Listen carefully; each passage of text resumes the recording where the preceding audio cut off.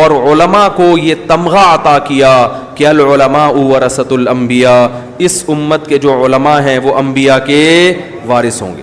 علماء ٹھیکیدار نہیں ہیں دین کے. لوگ کہتے ہیں نہیں علماء نے اپنے آپ کو ٹھیکیدار سمجھا ہوا ہے. حضرت مفتی شفیع صاحب فرماتے تھے ٹھیکیدار نہیں ہیں لیکن چوکیدار بہرحال ہیں. ہم کسی غلط چیز کو دین کے اندر آنے نہیں دیں گے. اب جناب پروفیسر غامدی صاحب نے یہ فتویٰ دیا ہے کہ جمعے کی جو نماز ہے امریکہ برطانیہ میں نہیں ہوتی، کیونکہ جمعہ پڑھانا حکومت کا کام ہے، حکومت کے نمائندوں کا کام ہے. اور دلیل میں دو دلیلیں دی محترم نے. ایک دلیل یہ دی کہ نبی صلی اللہ علیہ وسلم جب تک مکہ میں تھے آپ نے جمعہ نہیں پڑھایا چونکہ حکومت ہی نہیں تھی. مدینہ میں ریاست تھی، قائم ہوئی تو آپ ریاست کے حاکم تھے تو آپ نے جمعہ پڑھایا. تو دیکھو ریاست کا وجود ہونا ضروری ہے، اسلامی ریاست ہو اور اس کا حاکم جمعہ پڑھائے گا. امریکہ چونکہ اسلامی ریاست نہیں ہے لہذا وہاں جمعہ نہیں ہوتا. ایک دلیل. دوسری دلیل محترم نے یہ دی کہ کبھی دیکھو امام ابو حنیفہ نے کبھی جمعہ پڑھایا، کبھی امام شافعی نے جمعہ پڑھایا، امام احمد بن حنبل نے جمعہ پڑھایا نہیں پڑھایا. ہمیشہ اس دور میں کس نے جمعہ پڑھایا ہے؟ حاکم وقت نے. پتہ چلا کہ جمعہ پڑھانا کس کا کام ہے؟ ممبر پہ جو خطبہ دینا کس کا کام ہے؟ حکومت کا کام ہے. یہ عام مولاناؤں مولویوں کا کام نہیں ہے. یہ کلپ چل گیا مارکیٹ میں تو میرے پاس کسی نے بھیجا، میں نے ان کو جواب دیا. میں نے کہا محترم نے جو دو دلیلیں دی ہیں وہ دونوں غلط دی ہیں. پہلی دلیل یہ دی محترم نے کہ نبی نے مکہ میں جمعہ نہیں پڑھایا کیونکہ ریاست نہیں تھی. یہ جو کیونکہ ریاست نہیں تھی یہ وجہ کہاں سے نکالی ہے؟ مکہ میں تو شراب بھی حرام نہیں کی.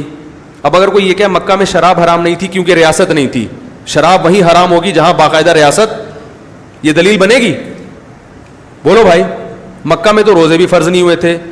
یہ جو آیت ہے کہ تم پر روزے فرض کیے گئے تو مدینہ میں نازل ہوئی ہے. تو بھائی مکہ میں تو اسلام کے حکام نازل، تفصیلی حکام تو مدینہ میں نازل ہوئے ہیں. تو یہ اس لیے تھوڑی کہ ریاست نہیں تھی. دوسری بات یہ کہ امام ابو حنیفہ نے اگر جمعہ نہیں پڑھایا تو وجہ اس کی یہ تھی کہ اس زمانے میں حکومت جمعہ بھی پڑھاتی تھی. حاکم کا یہ حق ہے کہ وہ جمعہ بھی پڑھائے گا اور باقی نمازیں بھی وہ پڑھائے گا. اس زمانے میں فجر کی نماز بھی حاکم پڑھایا کرتا تھا، ظہر کی نماز بھی حاکم پڑھایا کرتا تھا.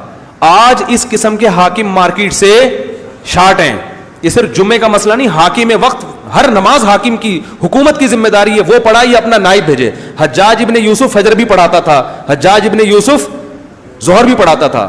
آج حاکم کو آپ دیکھ لیں، کیا ہم یہ کہیں گے کہ ہمیں جمعہ شہباز شریف پڑھائیں گے یا نواز شریف پڑھائے گا جمعہ میں یا جناب پرویز مشرف پڑھائیں گے؟ اگر پڑھائے تو ہم 100 دفعہ تیار ہیں، 100 دفعہ تیار ہیں.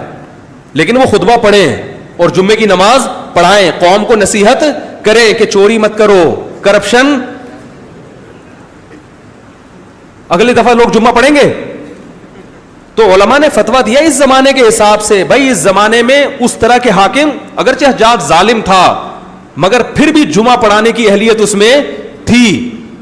حق یقیناً حکومت کا ہے، ہم مانتے ہیں، لیکن حکومت اگر اس کی اہل نہیں ہے تو پھر جمعہ ہی ختم کر دو. یہ قرآن کی کون سی آیت سے آپ نے نکالا ہے؟ یہ کون سی حدیث سے آپ نے نکالا ہے؟ کہاں کی کہاں لگا دی. دیکھو